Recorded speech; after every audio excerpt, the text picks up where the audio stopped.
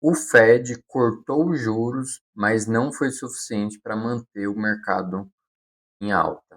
O mercado realizou forte aqui com as falas do Jerome Powell, diretor do Fed. Quer entender o que realmente o Fed falou e por que o mercado realizou pelas falas dele? Segue o vídeo. Então, começando o vídeo de hoje com macro, ontem foi um dia bem importante em relação à decisão monetária do Fed. E ontem a gente teve aqui, como vocês podem ver, então era esperado que o Fed iria cortar 25 pontos base, e realmente ele cortou, tá? Porém, o mercado não gostou tanto do tom do Jerome Powell, do que ele efetivamente falou após esse corte. Ele comentou que não está garantido o corte em dezembro, que na minha opinião, eu já tinha avisado para o pessoal que me acompanha, e provavelmente ele não iria deixar confirmado esse corte por um bom motivo, porque eles não têm dados, o governo está em shutdown, e eles não têm dados o suficiente para cortarem, continuar cortando.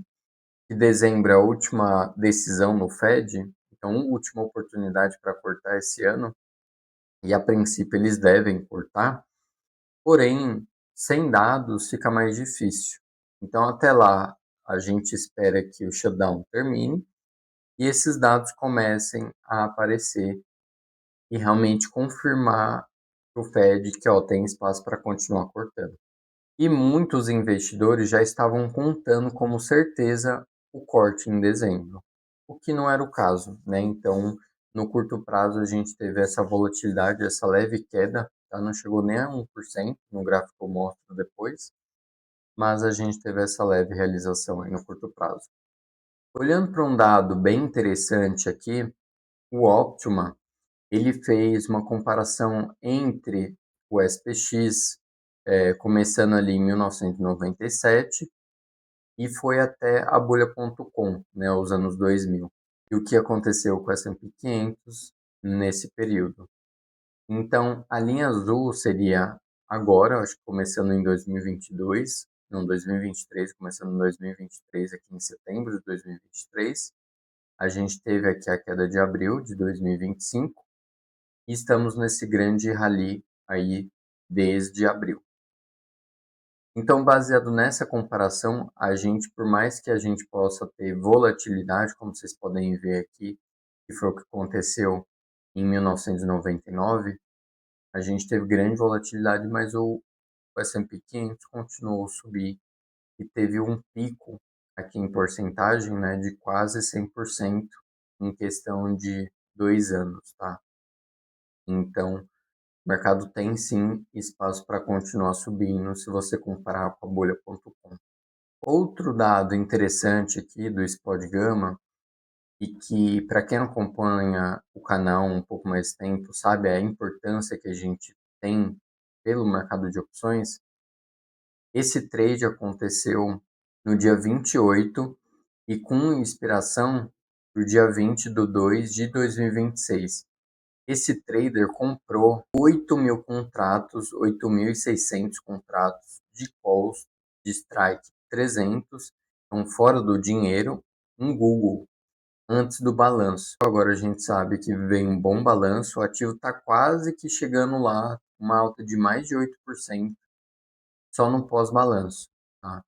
Então, analisando o mercado de opções, a gente consegue ver essas discrepâncias, alguns trades interessantes, grandes trades, né? 8.000 contratos aqui. A gente está falando de milhões de dólares em um trade de curto prazo. A gente pode ter alguns insights a partir desse fluxo de opções. E outro dado também, agora da Carson, que mostra quando o Fed ele corta em máximas históricas, que foi o que aconteceu ontem, o que acontece depois de um mês, 3 meses, 6 meses e um ano depois para o S&P 500. Então, quais foram as últimas vezes que isso aconteceu? Que o Fed cortou com o S&P 500 na máxima histórica, literalmente. Então, isso aconteceu algumas vezes em 1983, 1985, 1989 96 e 2024.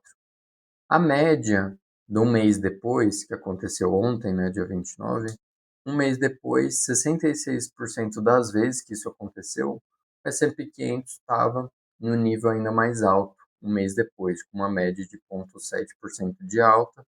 3 meses depois, mais ou menos 66% também estava em alta, com uma média já bem mais alta, de quase 3% de alta. 6 meses e um ano depois, todas as vezes que isso aconteceu, o S&P 500 estava indo num patamar ainda mais alto, com uma média de 14%. Então, é um bom sinal quando o Fed corta. Olho várias estatísticas, vários dados para tomar minhas decisões de curto prazo. Então, no curto prazo, eu estou sim confiante, ainda mais com os balanços indo bons, de que o S&P 500, a Nasdaq, setor de tecnologia, deve sim continuar subindo aí pelos próximos 2 a 3 meses, apesar da volatilidade que pode ter nas próximas semanas, nos próximos dias. Em questão de balanço, hoje a gente vai ter duas grandes empresas, Amazon e Apple, que vão reportar aí no final do dia. E no final do vídeo eu vou dar uma olhada aqui nos dados da Apple, lá na MentorQ, que é o meu provedor dos dados das opções, do fluxo de opções ali para o mercado. E voltando agora para o gráfico do SPX de 5 minutos aqui no TradingView, o mercado já abriu com um baita gap de alta, né, na máxima histórica, continuou subindo, não chegou exatamente a essa gama wall no 6.925, que seria um ponto de resistência forte aqui, e ele já começou a ter fraqueza. Bateu no gap zoom, respeitou como um suporte, ficou pinado ali por um tempo, e até quando o Jerome Powell começou a falar, que foi aqui às 3h30. Ele começou a falar, o mercado desabou, foi direto para o put suporte. Chegando lá, os buyers já entraram forte aqui, começaram a comprar. Então o ativo chegou a finalizar praticamente aqui no 0 a 0. Para finalizar o vídeo de hoje, então, estou na plataforma do MentorQ, que é o meu provedor dos dados do Gama, entre outros dados indicadores quantitativos, como eu comentei, que vem a partir desse fluxo de opções. Coloquei aqui na Apple para a gente dar uma olhada aqui nos dados. Começando pelas pontuações, sazonalidade está no neutro, momento está no alto, volatilidade está no neutro e a pontuação das opções também está no alto.